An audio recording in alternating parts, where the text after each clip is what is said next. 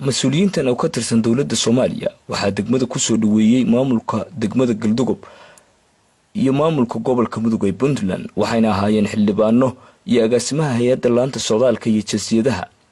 ulajeedada socdaalka mas'uuliyiintani wuxuu ahaa inay howlgaliyaan xafiiska laanta socdaalka iyo jinsiyaduhu ku yeelanayso kastamka Tuurdibi oo abar xuduudeedka aynu la wadaagno Itoobiya gudoomiyaha degmada Galdogob Xasan Faarax Maxamed Ayaxle oo ka mahadceliyay shaqada hay'adda socdaalka iyo jinsiyadaha ayaa misana madaxweynaha dawladda Puntland uga mahadceliyay kuna amaanay doorkii iyo juhdigii ay dawladdu gelisay kastamka Tuurdibi iyo dhismayaasha dawladda Puntland ay Tuurdibi ka hirgelisay oo jamhuuriyadda Soomaaliya ay haatan ka howlgaliso waxaan halkan uga mahadceliyay madaxweynaha dawladda Puntland iyo dawladda Puntland oo dhismaha kan iyo intii muddo ku hawlanay inay meesha kale wax noqoto waxaan kaloo inaan meesha noqon umada iyo waxbaradka reer Galdogob oo iyaguna sabab u ahaa inay meesha ay noqoto meel gudoomiyaha degmada Cabdullaahi Baytoon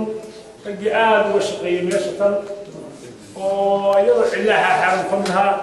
asaga waxaan rabaa inaan ku xuso waxqabadkii intii meesha tan ninba mar buu joogay wuxuu ka soo qabtay waxaan rabaa marka inaan idhaahdo kulligiin kastankii muddada ku taahaynay ama laga yaabo dadka qaarkii inay dadka 70 jira kastan baa Tuurdibi noqon doontaa bay ogaan oo kala soo gaar iyadoo la leeyahay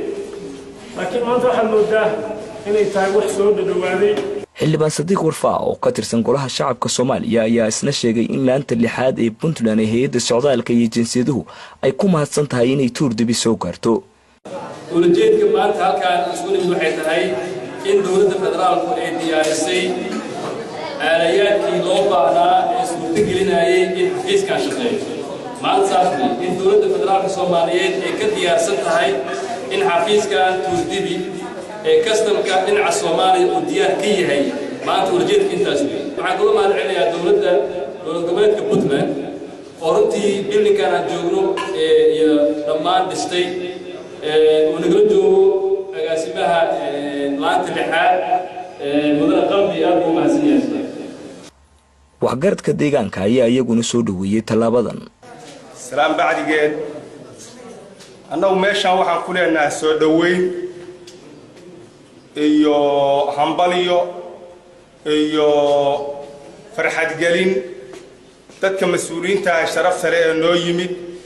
waxaan idin leenahay soo dhawaada waa Tuurdibi Soomaali baa loo furay waa ku soo dhaweynaynaa soo dhawaadaan idin leenahay soo dhawaada agaasimaha hay'adda socdaalka iyo jinsiyadaha Soomaaliya Maxamed Aadan Koofi ayaa deegaanka kula dardaarmay inay ilaalsadaan mas'uuliyadda xafiisyadan ay hay'addu ka hirgelisay deegaanka isla markaana loo baahan yahay in amni ahaan iyo waliba mas'uuliyad ahaanba ay dadku ilaaliyaan maanta marka waan ku faraxsanahay in qayb kamid ah hawlihii halkaan loo diyaariyay in aan maanta u fadhino oo dhameystiri doono hadii aan ilaahdo waxa halkaan rabaa inaan ka mahadceliyo maamulka Puntland oo shaqo weyn ka qabtay halkaan inuu ka hirgeliyay ismaasha intaag waxaan rabaa inaan idin xasuusiyo in ay jiraan deegaano xadka ku yaala oo dhismayaashan oo kale aan lahayn oo geedaha hoostooda Israa'iil ku shaqeeyaan marka halkaan waxa sharaf u ah reer Galdogob inay haystaan dhismo isku qaada kastamkii iyo amnigii iyo socdaalkii intaba ugu dambeyn agaasimaha hay'adda socdaalka iyo gudoomiyaha gobolka Mudug ayaa si wada jir xariga uga jaray xarunta laanta socdaalka iyo jinsiyaduhu ay ku yeelanayso Tuurdibi Iimaan Maxamed Kaani Puntland TV Galdogob